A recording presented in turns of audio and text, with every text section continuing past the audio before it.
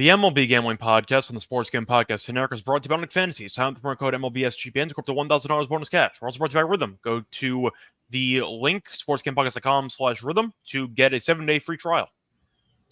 And welcome, everybody, to the MLB Gambling Podcast here on the Sports Game Podcast Network. It is currently Sunday, September 15th, roughly 5 p.m. Eastern Time. I'm your host for this episode, Scott Reichel, once again joined by Lonte Smith, and together we're going to break down the 10 games on the Monday card. Lonte, first of all, how's it going with you? How's your football Sunday - baseball weekend going? Not the greatest, to say the least, but yeah, we'll push forward and get through it. So hopefully we can get back on track here on this show, starting with the MLB winners. Yeah, I feel like most people got eliminated in Survivor with the Ravens. I had the Chargers, so I ended up living because Bryce Young isn't an NFL quarterback. So hopefully I potentially win the pool, but we'll see what happens. Point is, though, a lot of people did lose with the Ravens. Yep. I lost some money on the Ravens. That was another choke job there by Harbaugh. Nice win by the Yankees today, as Judge hit a home run, and they ended up surviving in the ninth. Baltimore also lost, so the Yankees did gain a game in the division. Besides that, the Mets and Phillies series was pretty competitive, and yeah, anything else you want to add for overall takeaways, or kind of just same story, different week? Yeah, it's pretty much the same story. You gotta just pick and choose your spots here with some of these teams being eliminated and not being in contention. So not really the time to spread the board. But yeah, you pretty much summed it up as far as the most competitive division race is still, Yankees and Orioles battling for that top spot and a couple of wild card things. But I don't think anything changed this weekend from like perception wise. Yeah, that's kind of how I feel. Do you want to mention, though, before we get into any of the games for the Monday card, I want to remind you once again that we do have a couple other shows with the network, and those two shows, some of them feature football. And if you want some feedback or overall opinions on the NFL and college football, a reminder that you should subscribe to the Sports Game Podcast and the College Football Experience for free picks for every game against the spread. So check out those two podcasts. Don't forget to like and subscribe. Plus, a reminder as well that we have a bunch of other stuff coming up for just in general, Sunday Night Football, Monday Night Football. So if you want some thoughts, I know that Sean and Ryan do love to give out some first TD scores. So if you do want some niche props, they have you covered for that as well. Anyway, time to get into the actual card for the Monday slate, starting off with a matchup between the Twins and the Guardians. For this one, you have Pablo Lopez taking on Matt Boyd. And for this one, both teams are about -110. The over-under is at 7.5. Now, Lopez, I've been kind of critical of, at least earlier this season, but he has turned it around. 15-8, 3.88 ERA. He's been great lately. In fact, he's allowed no runs in 4 of his last 5 starts. So he has been phenomenal. As for Boyd, he's been good this season. So we'll see what happens moving forward, because he was kind of a mid-season addition for Cleveland, and he's been a pleasant surprise, 2.18 ERA, but I am going to point out that he did end up giving up 4 runs last start, only one of them being earned. He has given up a total of 4 earned runs in his last 4 starts combined, so he's been in great form too. First glance, I'm going to go with the under in this one, but I think I actually am going to lean to Lopez. The Twins have played recently better offensively, and Lopez has given up, once again, no runs in basically every start he's made for the last month. I think I prefer him over Boyd. He can give you length as well. But Minnesota's offense has a bit more firepower. Give me the Twins. Yeah, I like the Twins. I think it's properly priced, to be honest. Lopez, 1.92 ERA since the All-Star break. I just prefer him over Boyd, although Boyd's been okay. Don't trust Cleveland's offense. I would lean first 5 under as well. But I like Minnesota. I think they got a little bit more firepower, playing a little bit better right now, especially with Lopez on the mound. 2 or less in 7 of his last 8 road starts to add to those numbers that you mentioned earlier. So I think if Minnesota can kind of get some production from the middle of their lineup, they're not really hitting well in the 4, 5, 6 department. If they can get a little bit more help there, I think they'll be fine. So I like Minnesota, like the first 5 under. Yep. Moving on to the next game, you have the Nationals taking on the Mets. Now, for this one, interesting pitching matchup because you have Irvin going up against Manaea. For the actual money line here, Mets are about -172. Nationals are +144.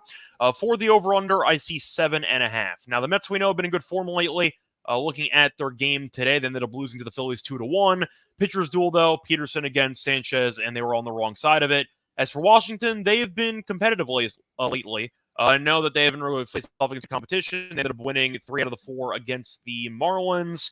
They've been stealing a lot of bases, so something to keep in mind. But for this matchup, Manaea has been getting a lot of run support from the Mets this season. They've been quite good at winning games with him on the mound because the Mets have won 6 straight starts that Manaea has made, and all of them have been by the run line. Or I should say 5 of the 6 have been on the run line. So I think for this one, I am going to go with the Mets, but I have to try to find some value. 5 of the 6 on the run line, I think it's appealing. I'll take the Mets minus 1.5. Yeah, I like the Mets team total over as well. Irvin took a no-hitter into the 6th inning last start versus Atlanta, so I'm always looking to kind of fade those good outlier performances. He had 13 earned runs in his previous 9.2 innings, or 9 2/3 innings.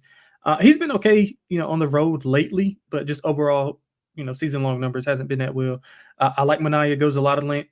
3.07 ERA in his last 6 starts. He does have some walk issues. Kind of need to calm that down. 8 walks in his last 3. Pitched well against Washington earlier in the season. 1 earned in the July meeting. So I think the Mets offense can be able to get to Irvin, and he'll form back into his starts previous to the no hitter going into the 6th inning. So I like the Mets team total over. Would lean to your side as well with the 1.5. Yeah, and just to actually mention the price on that one, Mets are once again minus 172 for the run line, plus 128. So you like that price quite a bit. I'll go with that for this one.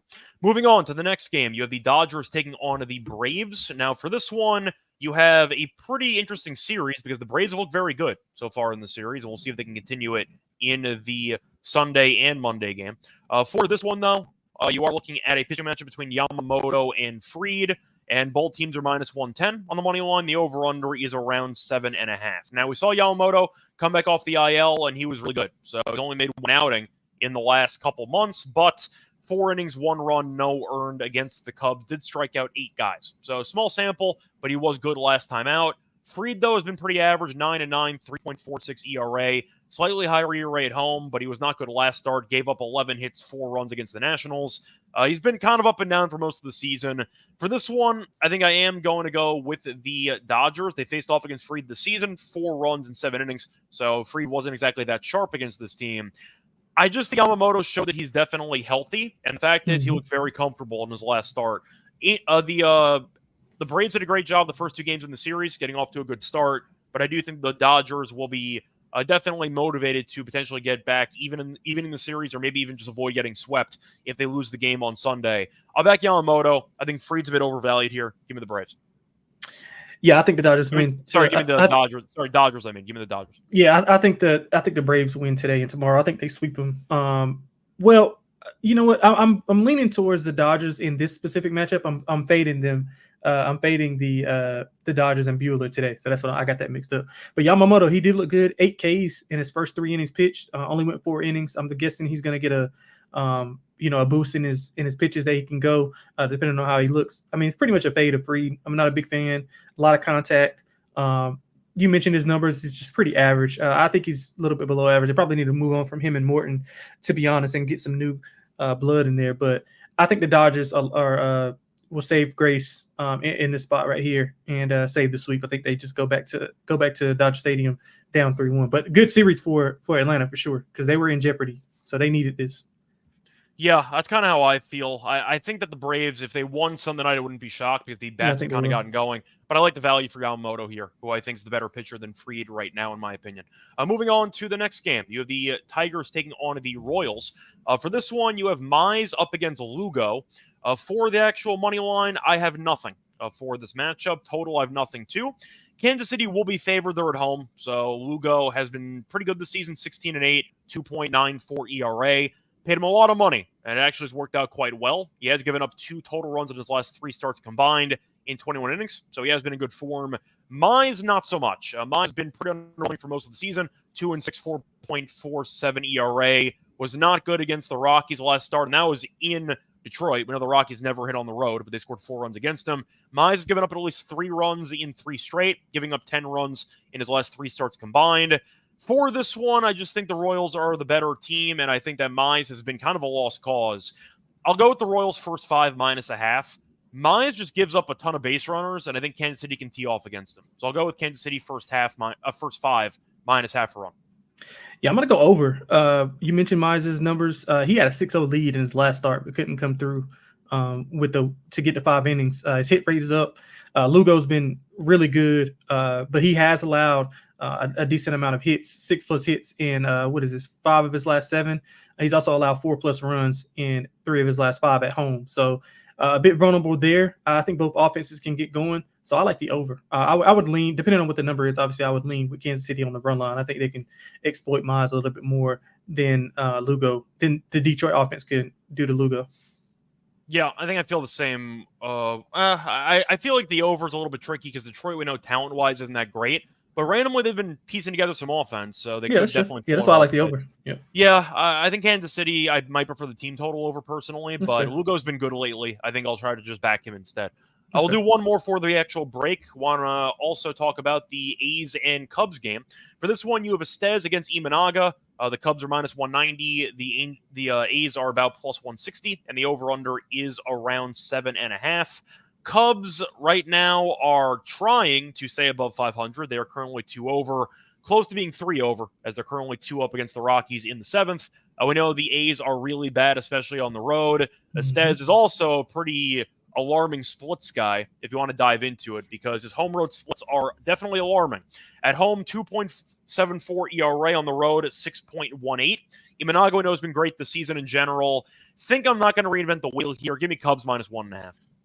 Yeah, I completely agree with you. Imanaga did struggle after that combined no-no. He allowed 3 home runs to the Dodgers. He's given up a home run in 9 of his last 10, multi-home runs in 4 of those.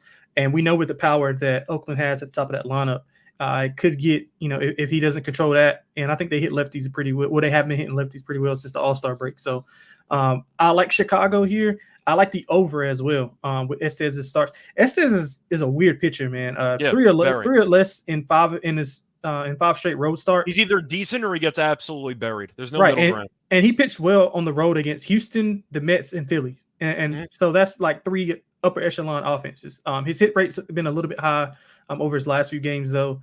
3 quality starts in his last 5. So, like I said, he's just kind of hard to project. But I think we see some runs here. I know the price will be better because Imanaga's on the mound, but he's given up a home run. And I think, Oakland can get a home run or 2 at the top of that lineup. We could see this soar over, depending on what the weather is in Wrigley. But I do like the Cubs, like the over as well. Yeah, before we get into any of the other games on the card, do you want to remind me once again that we brought to you by Underdog Fantasy, because their Pick'em gives you a chance to win 1,000 times your entry. The NFL's back, and there's a ton of Pick'em specials to get you started, plus great action for college football. Their lobby is jam-packed with profit boosts and no-sweat entries, and you can now use specials and boosts on all your entries. And a reminder that I know I gave out on the WNBA show last night at 4 in the morning. I gave out Maher higher field goals because it cashes every single game, and it got there again. So for the game tonight, you know what? I'll go with Joe Mixon higher half a touchdown. I think they'll give him the ball by the red zone. We saw Tony Pollard score against the Chicago defense in week 1. I think that Mixon could get into the end zone here on Sunday night. But a reminder, when you sign up to make an account, use the promo code MLB SGPN to claim your special pick in your first time deposit offer up to $1,000 bonus cash on fantasy. Promo code MLB SGPN. Welcome back, everyone, to the MLB Gambling Podcast. Just finished going through the first 5 games on the card. Time to keep it rolling with the Phillies and the Brewers game. So for this one, you have Ranger Suarez taking on Savale. Both teams are minus 110 in this one. Looking at the over-under, you see 8 or 8.5. Now, Milwaukee, I thought, would get going offensively against Arizona over the weekend, and they did. They are down 5-0 in the game today. Shout out to Adames, though, who I gave out the homer last episode, and he hit 2. So shout out to him for getting the job done for me there. And Milwaukee for cashing the dog price on the Saturday card. I like plus 120. For this one, though, the Phillies did a good job of winning the last 2 games against the Mets. They've won 5 of 6, and they are the better team than the Brewers. And I think we'd agree that Suarez is the better pitcher than Savale. Yeah, short and to the point, give me the Phillies. I think the better team, and I think it's pretty affordable. So give me the Phillies.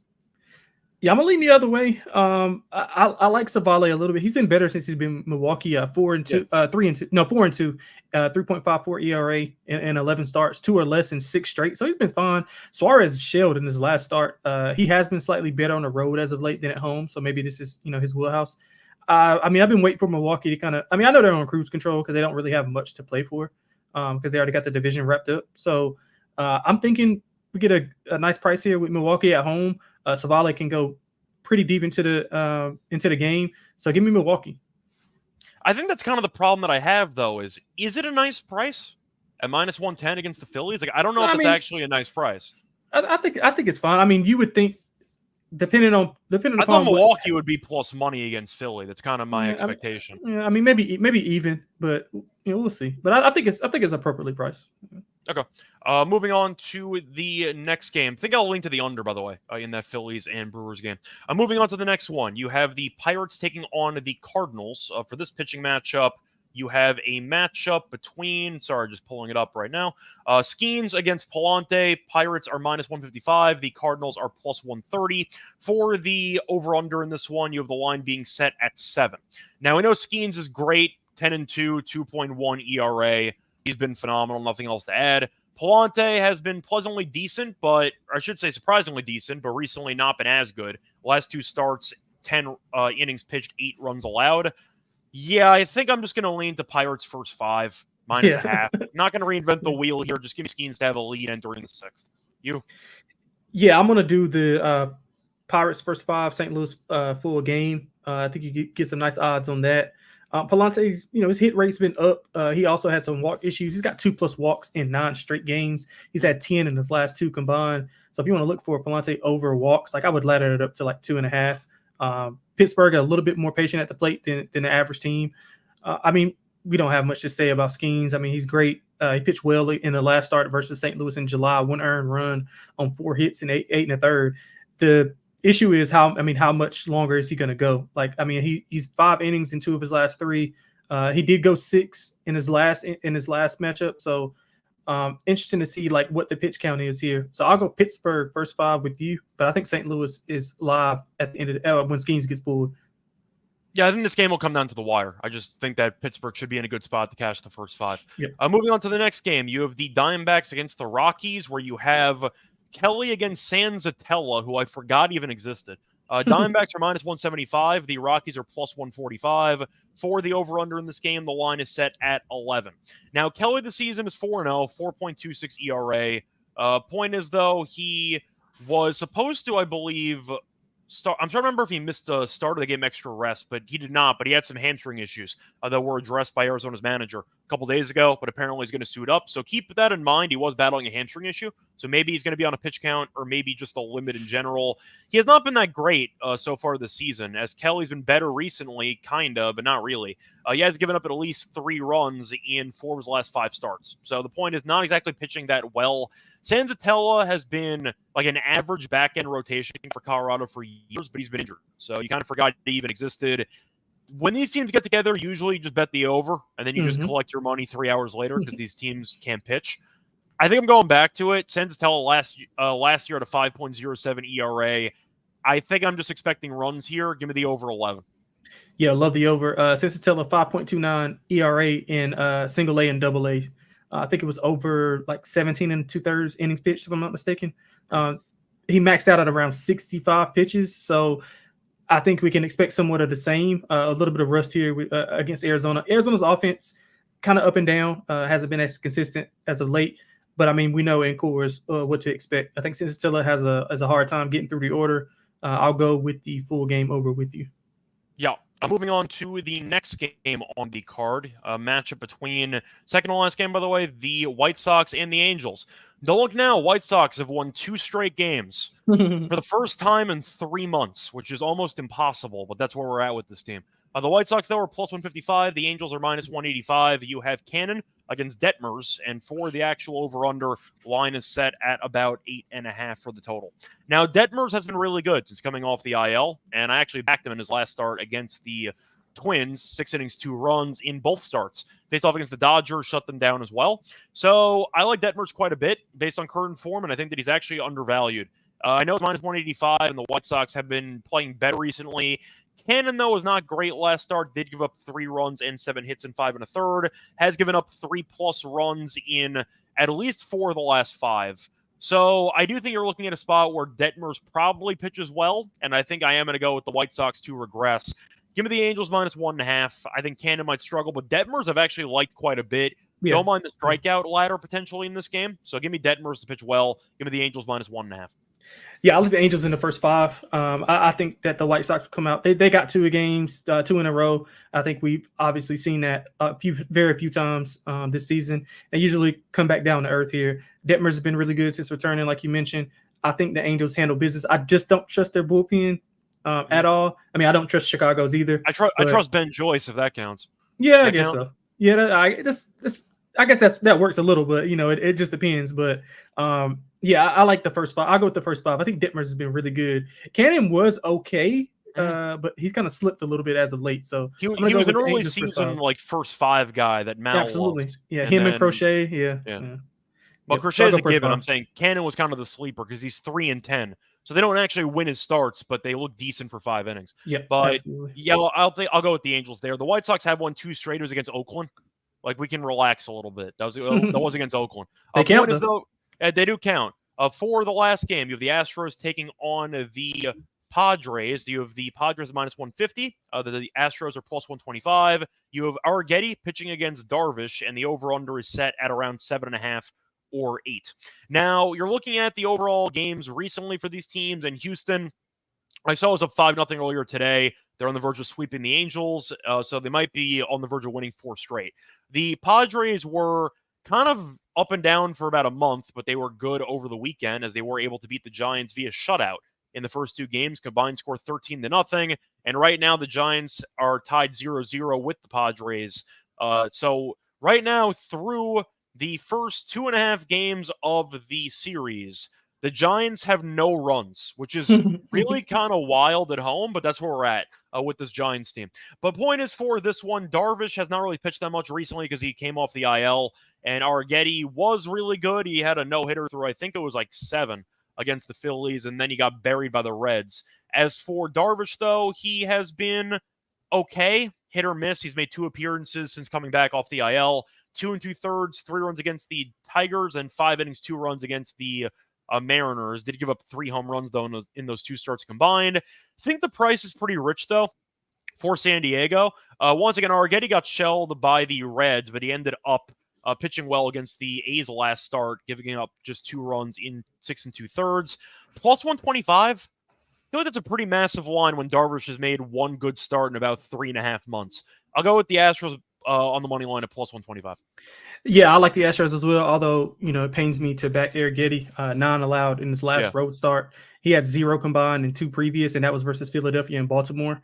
So, I mean, another pitcher who's kind of hard to figure out. He goes good. It seems like he's starting to figure it out, but he had 1 really bad outlier start against the Reds. That's but he pitches good against elite offenses, but then he faces Cincinnati's an okay offense when they're rolling, but I wouldn't categorize them as they're probably like a little bit below average offense, and he gets shelled by them. So what does San Diego count as?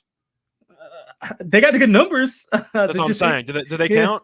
Yeah, they got good numbers, but they're just a little bit inconsistent. That's why I'm with you, though. I'm with you on taking Houston just because of the price point. Arrighetti, I think, if you just want to take those 2 games against Philadelphia and Baltimore and think he's somewhere in the middle between his last road start, I mean, I think that's fine. And San Diego, they could struggle a little bit, inconsistent as well.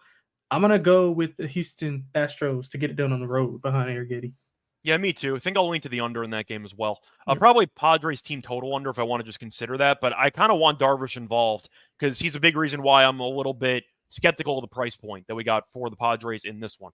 Anyway, that's going to do it for all 10 games on the Monday card. Now it's time to get into the Lock and Dog picks. But for that one, reminder once again, they're brought to you by BetUS, a perfect book to add for the football season. And a reminder that BetUS has been around for 40 plus years. Bet anywhere, BetUS has a ton of locations, including international. And you're also looking at the prop menus they have, the same game parlays, and some of the best boosts in the business, plus an all new live betting experience. Easily deposit using cryptocurrency and get lightning fast payouts. And a reminder that if you use our link to sign up, you can get 125% deposit bonus on your first 3 deposits.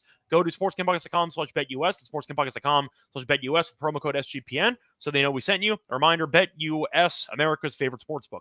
We're also brought to you by Rhythm. If you ever wanted to build your own betting model for sports, Rhythm can help you do it because they have a lot of options for NFL, for college, for WNBA or NBA, and for golf as well. Ton of sport they can help you with models with.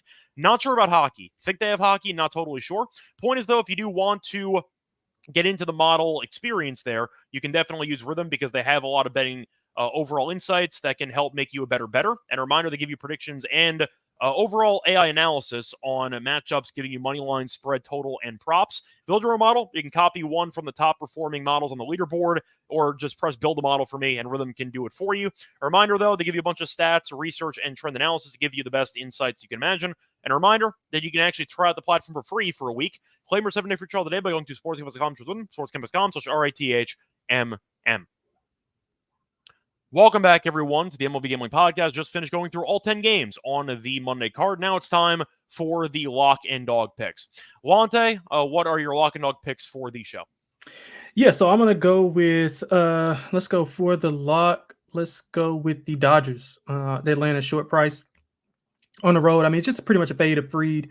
I just don't trust him, even though he is at home. Yamamoto, I mean, we don't know the length that he's going to go, but I mean, he looked really good in those 4 innings. I mean, 8 Ks in 3 innings pitch. I think he shut down the first 6 batters. So he's been really good in that one start. Small sample size, of course, but I trust the Dodgers and I trust the offense to kind of get it going. They let me down as a dog last time, so I'm going to trust them as a lock this time. So we're going to lock up the Dodgers. That should be like minus 112-ish, if I'm not mistaken. Yeah. Sorry. Let me just see what the best price is. For which matchup? Sorry. For Dodgers, Braves. Dodgers, I see minus 112. Yeah, that's fine. That's what I thought. Yeah. So I'll lay the 112 for the lock. For the dog, I'm going to fade Paul Skeens. I'm going to go with the St. Louis Cardinals. Should be like plus 138, 138, 137, something like that. I know Palante hasn't been good. Walked a lot of guys, but if you can just stay consistent and we can get 1 run off of Paul Skeens, maybe 2, I think they'll be in cruise control. They don't have to rely on their bullpen, and they can get to Pittsburgh's bullpen. And again, we don't know the extent of how much Paul Skeens is going to pitch, so I'm just fading that. It's more of a fade of Skeens not going distance and the Pittsburgh bullpen than it is a bet on St. Louis. But I do like St. Louis at home plus 138. Yeah, I do want to ask you just in general, who do you think should be winning the NL Rookie of the Year? Because that's still in the balance, and Merrill's now like a decent price. I would still vote Skeens, and I love Jackson Merrill. I'm a big Merrill guy. I'd probably vote Skeens. Yeah, if I had to pick, I would pick Skeens over Merrill. Yeah, I would too. I mean, it's tough though. I mean, because we're seeing Merrill every day, and voters. It just depends on what. Skeens got called up late as well, and I get it. Merrill played a lot more, but I am just wondering if you think that price is fair. I think it should be closer to like minus 110, minus 150, like 20 apiece. It feels like it's really close. Yeah, it should be a little bit more competitive, but you got to think books protecting themselves from those big Paul Skeens tickets from earlier in the year. Yeah. So it's kind of like that war that you're battling, and then I mean, again, I just think it comes down to like, do the voters value just seeing a player play every day? Arizona is probably going to get into the wild card. Are they right in the wild card race, right? Arizona, yeah, they've been cruising the wild card race for months. But let me just quickly check. The standings. If they did not get in, it would be considered a collapse. Let's put it that way. Right. And then I mean, he's playing on a competitive Arizona team. is 1.5 ahead of the Mets right now for the final wildcard spot, but they're in the second spot. They're 1 game ahead of Atlanta, so it's not as I'd say foregone of a conclusion as you might have thought. But the point is, they are 1.5 games up of the Mets. Yeah. So I mean, it kind of just depends on your thoughts about everyday player, competitive team. Usually in MLB, team doesn't really matter. But again, I would go with Skeens, to be honest. He's just been dominant since he came up. I mean, he's just been dominant. Started in an All-Star game, for Christ's sakes. Yeah. No, definitely true. So for my lock on the show, I think I'm just going to go back to a total. Give me the over in the Diamondbacks game. I think it's going to be – I know we just kind of segued into Arizona. By the way, they're about to be 2 up on the Mets because they're up 5-0 in the 4th inning against the Brewers. So once again, if they win, they'll be up 2. Point is, though, Arizona offensively is really good. And we also know that it's going to be in Coors. These teams, historically speaking, always have massive shootouts. But we have seen Arizona score at least doing the math here. They've scored at least 8 runs in 3 of their last 5 games. And they also have 5 runs in the 4th inning right now. So that can potentially become even a bigger percentage. But the offense has been good. The Rockies offensively on the road against Detroit was actually not that terrible. And I do think in Coors, of course, they're a lot better. But you have Kelly, who historically speaking has not been that great in cores in his career, 4.64 ERA, which is pretty decent compared to most pitchers visiting, but the point is still not the best numbers, and he's not been that great this season. As for Senzatella, you mentioned his numbers in the minors weren't great. He didn't throw many pitches. The Rockies' bullpen stinks. Really just a bad spot for Senzatella, so I do think Arizona might tee off against them. I think the Rockies can get some runs against Kelly, like the over 11 as my lock in that one at minus 105. For my dog, give me the Astros at plus 125. It's mostly the price. I think that it's an insane price. I get that San Diego might be sweeping over the weekend. We'll see how the game goes on Sunday against the Giants. Point is, though, I think that 125 is massive, considering the fact that Darvish has pitched twice since coming off the IL, and he was only good in one of those outings. He also doesn't go much length because he's just coming off the IL. Arrighetti had been good, had one really bad start, only 3 earned runs out of the 9 total runs, by the way, in that one. But point is, Arrighetti has been good for the most part for about a month and a half, 2 months, and I think plus 125 for a Houston team that is on the verge of winning 4 straight, I think is a pretty solid deal. Give me Houston plus 125 on the money line as my dog. Now on, I'm going to ask you, pressure's on because I hit my home run guy last episode. Right. What is your home run pick for the Monday card? I'm going to go with Sal Perez. Okay. Yeah, I just think that he'll be able to get to Maz. He's been up and down, like I said, since returning. I think he pitches to contact. Sal Perez, obviously really good around the plate. He hasn't hit a home run in a couple of games. I think he's due for a couple. So I wouldn't be surprised if he swings the bat really well against Maz. And even if we get to that bullpen, I'm expecting this to be a higher scoring game for the Kansas City side. So I think Sal Perez is primed to go deep tomorrow. Okay. So for mine, I got to figure out which game I want to go to. I want to quickly check the weather in Wrigley because I was thinking of maybe no, wind's blowing in, not that heavily though, so it should not matter too much. Wind's blowing out in Coors to center field at like 9 miles per hour, so I probably will go to that game. I'm trying to think of who I want to use. Probably going to be on someone with Arizona. Kelly might give up a bomb, but Senzatella has been bad against, once again, minor league offenses. Kelly, though, has given up 10 home runs in 57 innings this season, so it could be a pretty interesting spot for, honestly, multiple guys on both teams to home runs. That would not totally shock me. I think I'm going to back Arizona, though, based on form. You know what? Give me a Suarez in this one. I thought about maybe going Christian Walker, who's had success in courts in the past, but I think I'm going to go Suarez. I just think that he's kind of seeing the ball well right now. I want to see his splits lefty-righty.